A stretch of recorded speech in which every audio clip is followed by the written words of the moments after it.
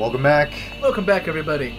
We are back, guys, and we got a call from Pascal to go back to the village and talk more about the android we just met, A2. And just to let you guys know, this is all post-commentary because our audio all got deleted. Why? I don't know. Yeah, we're using the same exact setup, and the Audacity has been fine. I don't know what's wrong. That must be the gate Pascal opened for us. Waving the white flag. Yep. Hey, dude. We have been expecting you. Pascal told us about you. We will open the gates. Thank you, sir. Or madam. I can't really tell anymore. Yeah. Voices don't really lend themselves I have to not decided on a gender yet. The pig's like, whoa! We will continue to stand guard. And I commented, I was like, are you gonna bash him over the head with that pipe? I mean, why not? Pipes are weapons. They can be. I mean, I bet blunt weapons would be just as effective against machines. The only reason our sharp weapons work is apparently they're designed to cut through machine bodies. So, yes, this whole metal on metal thing works. I mean, if nothing else, it'll put a lot of dents in them. Oh, yeah.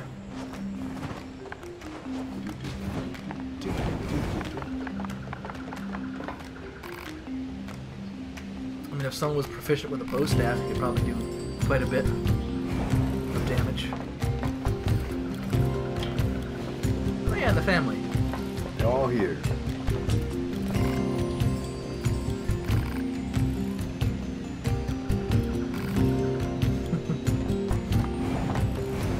I always listen to Mommy. Fingers crossed. I'm surprised you wish to speak with me personally. Whatever is the matter? It'll be faster if you just take a look at this recording. I see. Information about this A2 android is indeed contained within our archives. We all understand her to be rather dangerous. However, she's never visited our village in person. My apologies. That's all the information I have. I see. Alright, thanks. Let's stay sharp and head back to the resistance camp. We should run a check on our consciousness data and resupply. Consciousness data. It's an interesting concept.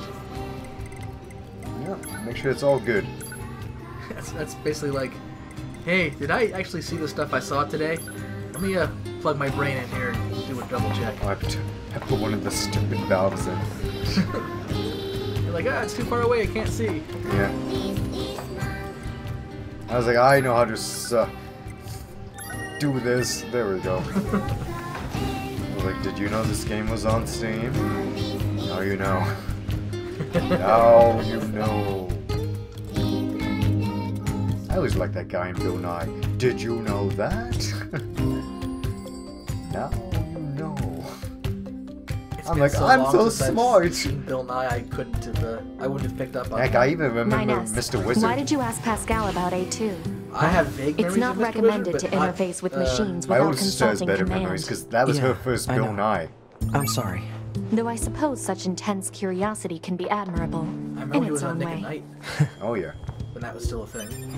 Thanks, 2B. Still, machines are the enemy. Don't Is it forget still a it. thing? I have no idea. I haven't watched Nickelodeon in I haven't watched Dog's Nickelodeon age. in a very long time. Operator 60.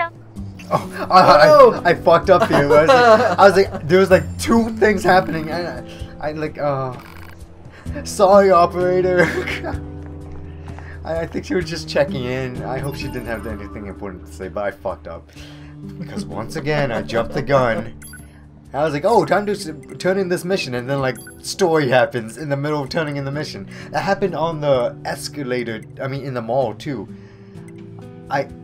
We had two things happening at once. The robots attacking us and 9S talking about like, hey, 2B, wouldn't this be where humans would shop for clothes or whatever?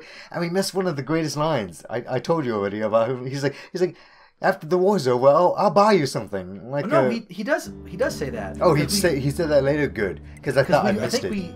I think he says that when we're jumping ahead of ourselves now. Oh, okay, whoops. And there's another side quest. Where we Okay, have to thank go back to the goodness. mall. Good, thank goodness. Well, either way, even if it is a good line. even if we missed it, we'd see it again.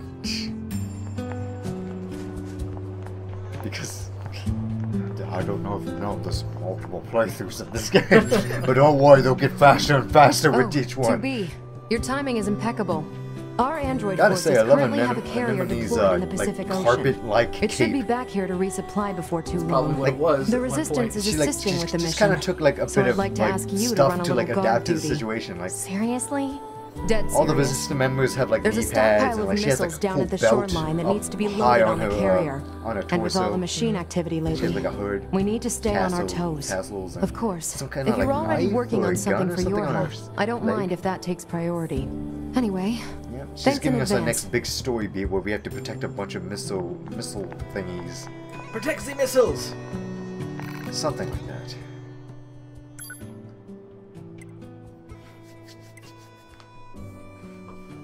I think I was just commenting on. I was like, oh my god, I have like a ton of medium recoveries and like not that many smalls, which is a first.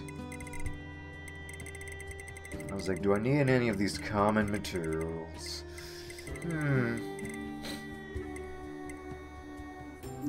Actually, I should look into that. If I'm like just one material away from making a new weapon, I mean, or upgrading a weapon, I could just buy it from him. Instead, usually I would always just try to find it outside. Ancient Overlordo.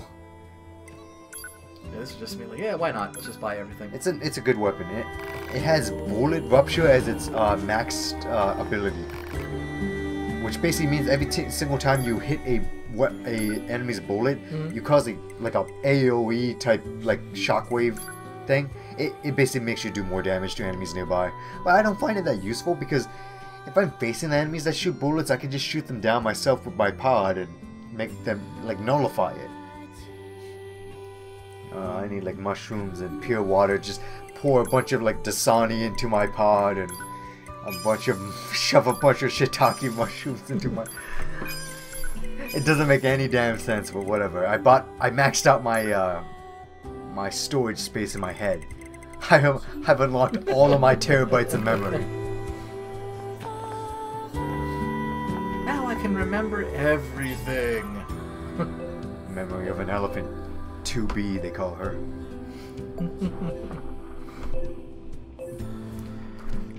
I think we're doing more side quests in this one. Yeah, but there's also the wandering couple side quests and There's a bunch of stuff opened up, I think. a bunch of stuff. All these question marks, which are things you can relate either to this machine examination or maybe Father Servo. Some other stuff that doesn't relate to it. I was like, oh, look at all this stuff. We have to do all this. Isn't this riveting? Yes. Yes, also the desert has two things. A question mark and... Oh yeah, the photographs. Where we had to like run against the sandstorm. Which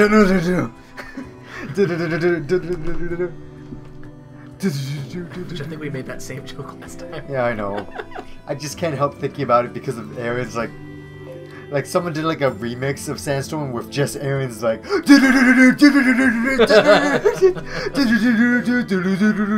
can't, man, he's good because it's like you have to take long deep breaths and like make sure you put enough oomph in each do. Yeah. So where are we at? Going to the amusement park. Oh yeah.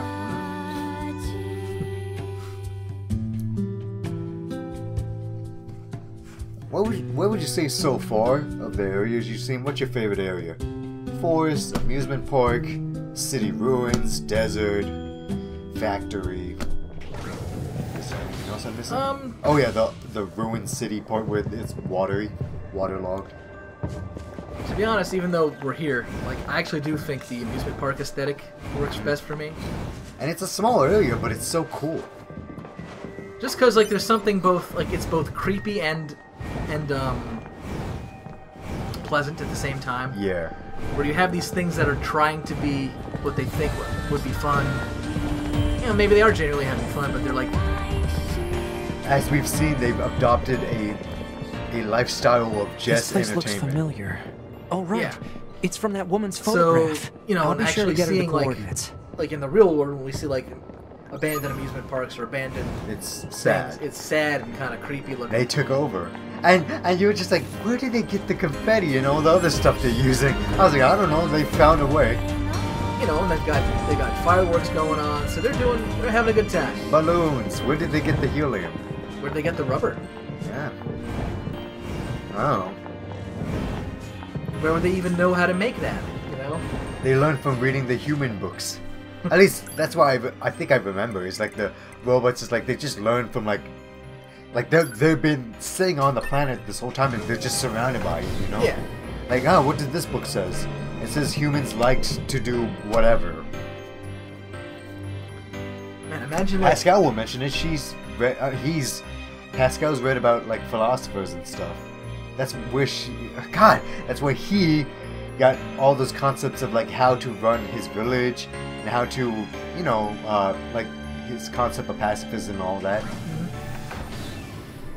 Truly, Pascal's a scholar.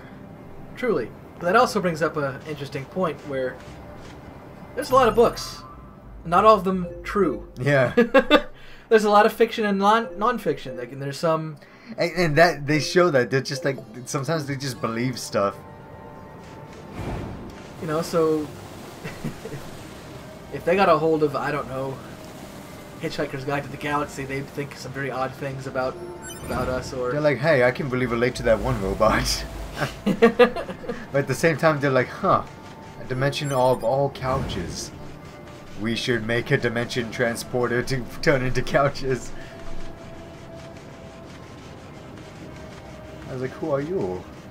He's like, I'm just studying the ruins because I'm bored. And I think I mentioned this, that the ancient civilization of Facade, this is their city. So from NieR, if you remember all the, you know, all the inhabitants that wore masks, and did I tell you what was up with Facade from NieR? Okay, so the city, you find the city in the desert, and everyone wears masks and weird clothing, and you find out that the city, like the city has rules, and I mean a lot of rules. Like that's the whole shtick with the city is that you have to follow the rules. Like heck, even when the little girl that's guiding you, like the one that you saved her life, even when she's guiding you around the city to show you all the stuff, she's guiding you in the most long roundabout fashion, and that's because that's a rule. like your characters start commenting on it. They're like, this is like, man, some of these rules are like there's so many rules, it's ridiculous, and they're so nebulous and specific. Like you have to do, there's rules for everything, and like the people of Facade take, at least like the people you meet in it, they say like they're like the king is told by his counselor, he's like, remember my king, rules aren't there to restrict us but to remind us of our freedoms. That is truly how they view it, even though they have so many rules, and they recognize that it's like I think they said originally in the kingdom that they just started making the rules to like have, you know, a semblance of order, but then they just kept going and going and going, and it just never stopped.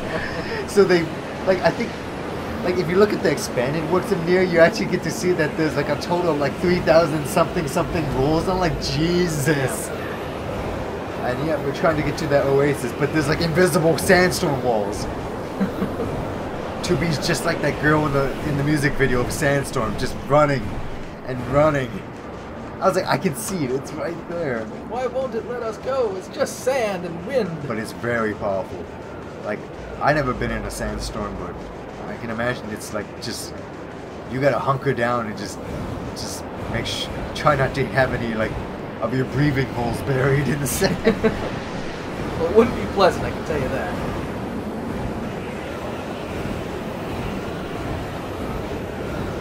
Gotta fight against that sandstorm.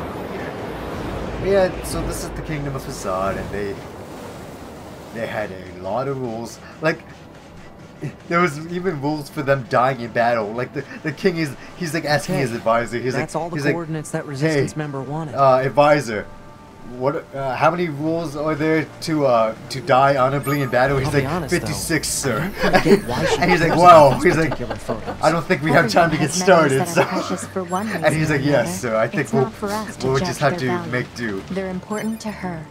That's all we need to know. Yeah, I it's guess. What up, girl? Just hello. I was like, That's it. She's like, I'm just guarding this supply area. That's it. Oh yeah, nothing like a wet 2B. That's just like, ah, damn, I got water on my skirt. That's gonna chafe later. Oh wait, I'm an android. I don't chafe. Haha! I don't care. Oh god, and I had to figure out how to get. How to get back out again? I was like, oh. I was like, fine, I have to go this way. I can't. Even though I can literally just climb that doom. But I was like, no. They want me to go this way. I was like, fine, Yoko Taro-sama. Alright, fine, we'll get the items while we're at it. Yeah, what else? I don't know if I mentioned this, but an interesting thing is, there were automatons in the original NieR. There was a factory level you went to, and heck, the song that played in that area was titled "The Wretched Automatons." Interesting, huh? Yeah. Such a small whatever. Well, it wasn't a whatever, but it was just like one small part of like many things in that game. But I feel that it was something that Yoko Taro expanded upon in this game by a lot. Like, he must have wanted to. And, yeah, the robots in there definitely don't look like the machines in here. But they're like these square guys with, like, little shocky arms, and they move on, like, you could assume to be, like, tank treads, or maybe they float slightly above the ground. But they're like a cube. Think of, like, a washing machine with two, like, electric pluggy things that they're just as cumbersome and weird looking as like these machines, but at least these machines have two legs and two arms, and those ones they just kind of like moved around like they hovered. So what, like, how many NieR games are there? Where does this one fall into? 2. There's 2? This is this was the sequel no one expected and no one thought was ever gonna happen. Okay. As I said, all the fans of NieR were just like, what? When they heard NieR Automata, they're like, what? And they're like, what? What is Yoko Taro planning on this time? Like, he's always a crazy guy. Like, in the Drakengard series that's related to this game, you want to know one of the most bullshit things? In the super secret special final ending, just like their ending E in Drakengard 3, Yeah. you're fighting the intoners in their final form, which is just like a crumbling mass of chloroform that's singing to you, and you have to make sure you do your button presses to their song. The final boss is a rhythm game, but a very difficult rhythm game because you have to use Michael's. Your dragon's name is Michael. You have to use his like counter song essentially to like. Oh yeah, this is where we find our pod, Is this our extra a pod. Hypothesis. The owner discarded this pod and left it in safe mode. Motives unknown. Who knows? Why was it abandoned? Pod, reactivate it It's for me. for me If it's now. usable, try to overwrite the original My owner ID. with my ID. It will love me more. Activation complete. yeah, Access like, granted. The bullshit Previous part of that owner series, ID that successfully final overwritten. battle is, it gets Special ridiculously weaponry hard. now Where like the available. camera, okay, it wasn't the best. I was actually most people was like, what the hell, Yoko Taro? The camera literally swings around in stupid ways where you can't even properly see, and you have no control over it. You're just like, what the hell? I can't see where like. And then at one point, even during the cutscene, the enemy attacks you while your characters are talking, and you have to make sure you press the button right during the cutscene. I mean, not the cutscene, like, you know, the talking scene. Yeah. Yeah, I guess so, cutscene. And it's like, it's ridiculous. Like, people saw that in the comments, and they're like, that's just mean. Luckily, he doesn't do anything like that in this. He learned, he's like, okay, that was a bit much. That was almost Hideo Kojima-esque. Like, Hideo was like, what do you mean I can't just have, like, some soldier playing the behind a door to creep out the player? Like, Kojima-san, I think that'd be too mean. Like, what do you mean I can't have the player just sit on the couch for weeks fighting against the end? In literal weeks, because they'll die, sir. Oh. Did the first NieR do good? Do well? It do good. it do good, yeah. Nah. Actually, it had a strong cult following, but it did middling results. So that's why people weren't expecting a sequel. It was headed by Square Enix, but it was like put on the back burner, like in between Final Fantasy. They're just like, okay, sure, we'll help you out with, like, you know, we'll lend the B team.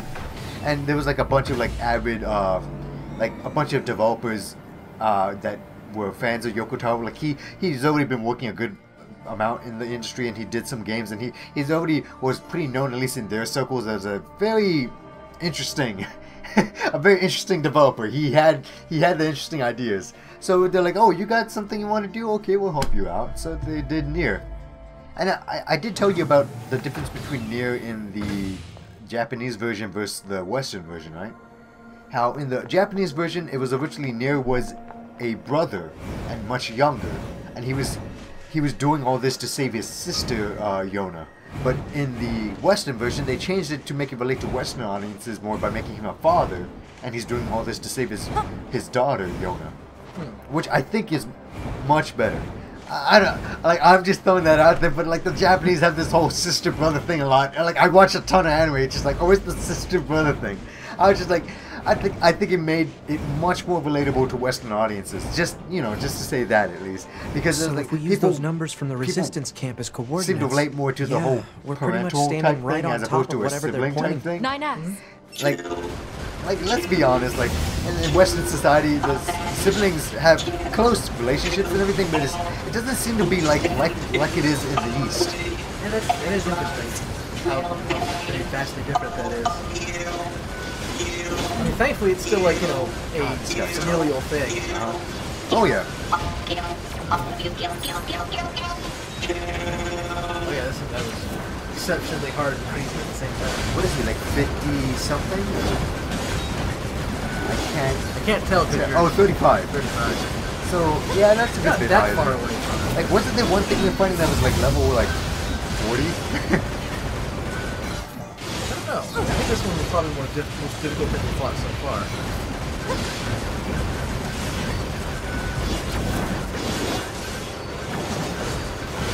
We're really hammering away on it. It's just one enemy.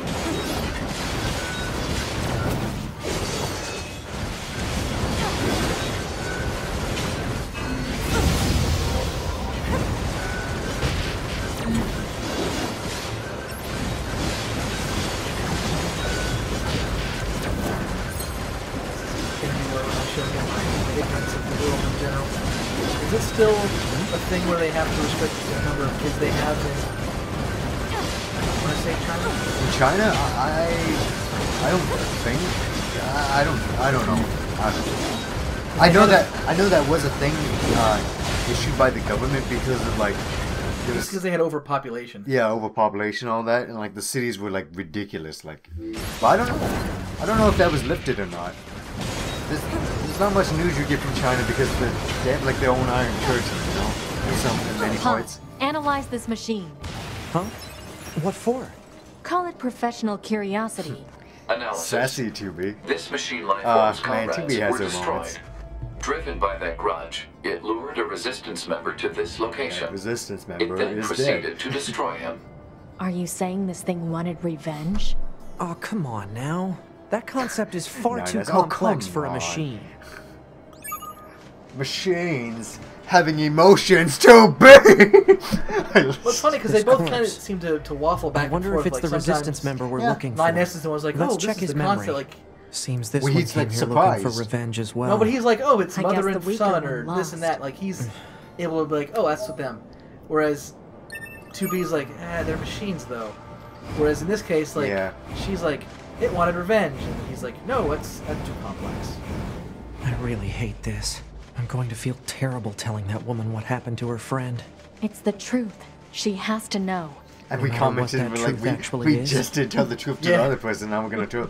I'm like, well, you know, that's how life is sometimes. It was Emily Dickinson that said, like, tell the truth, but tell it, like, softly or something, because just the cold, hard truth is too much for most men to bear. She was very wise. She's like, the raw truth is like lightning to a small child. It scares them and it makes them freak the fuck out. Tell the truth in small dosage. Like small little, like, bite-sized fun packs of truth. I think you were trying to find the thing we just picked up. We're like, nope. The man's journal? Yeah, I couldn't find it. I think it's just an item we had to deliver. We can't access it. And we're like, okay, fine, jackass. We'll help you with your research. So many distractions in this fun, happy machine world. It's good that it has all this stuff. I don't, for a lot of games, I don't think they'd be as good if they didn't have like. Oh yeah. Heck, in The Witcher 3, some of the side quests are argued to be more memorable than the main story. You know, like that's a strength for like a lot of the Final Fantasies, like where yes, the main story is great, but we also really enjoy exploring. It's something simultaneously that we gamers are made fun of, where it's just like, oh, the world's ending, but first I gotta farm that cabbage for that farmer. First I gotta save that person's marriage by finding the ring that fell in the well, like, you know. And then there's the other aspect of it. It's like, why do you do all these side quests? It's like, because in video games, I can actually help everyone. I can actually help everyone, unlike in the real world. That I felt was a really big driving force for like completing all the side quests in Breath of the Wild. Or like because like they had this big thing looming over them all the time. The fact that you were able to help them out with simpler stuff. Yeah, make life a little bit less miserable. Yeah, like that actually made you feel like you were doing great within the game. And also, and because you do good things to them, you actually get that feeling yourself, where it actually does work, you know? So yeah, so what if it's, you know, I'm not going to get the game for another couple weeks because I'm doing these other things. I'm making Hyrule great again. Don't worry. Oh man, we came so close. Yeah. I was like, it was all like, don't worry, Zelda, I'm on my way. I'm on my way. Hold out, girl. Hold on, I just gotta collect 20 more mushrooms. And she's like, okay. What kind of mushrooms? The ones that cling to the wall? They're purple? You know, you had to climb really high up. Yeah. It's very difficult. I don't know why there's kind of more than 50 of them, but alright, here we go. 50 mushrooms. I think it was that. I think it was 50 mushrooms. It was like the most highest collectible I had to get. Jesus. But whatever. I was in completion mode at that point. Oh yeah, completion mode active. Requested mission completed. I mean, I didn't fully complete the game. I was like, I'm gonna draw the line at getting all the seeds, because screw it. Oh god. I don't feel like doing that. And you already know. Everyone already knows what it is. Oh. Nintendo, why you gotta be like that? So I don't care if it unlocks all my, God, I bet Gerard was pissed.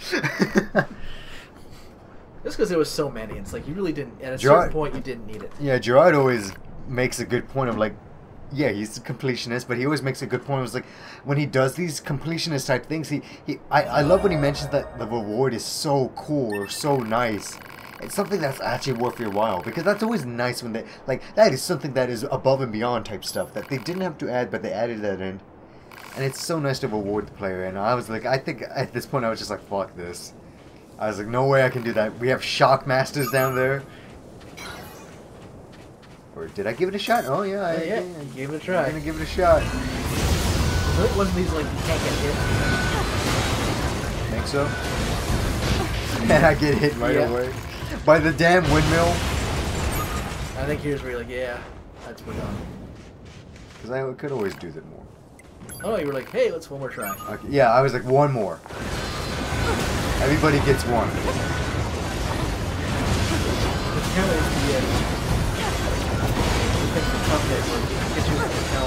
I can do this. It's super hard. But one more try. You enter that. One more try. You enter that zen where it's like you failed miserably so many times against this boss, but then eventually you enter the mode where you do it perfectly. That's a game we should play one day. Oh god, I've seen the multiplayer. You'd think having another person there would help you. But it doesn't. But anyway, we're at the end of the episode, guys, so yeah. thank you so much for watching, and stay tuned for more. See ya.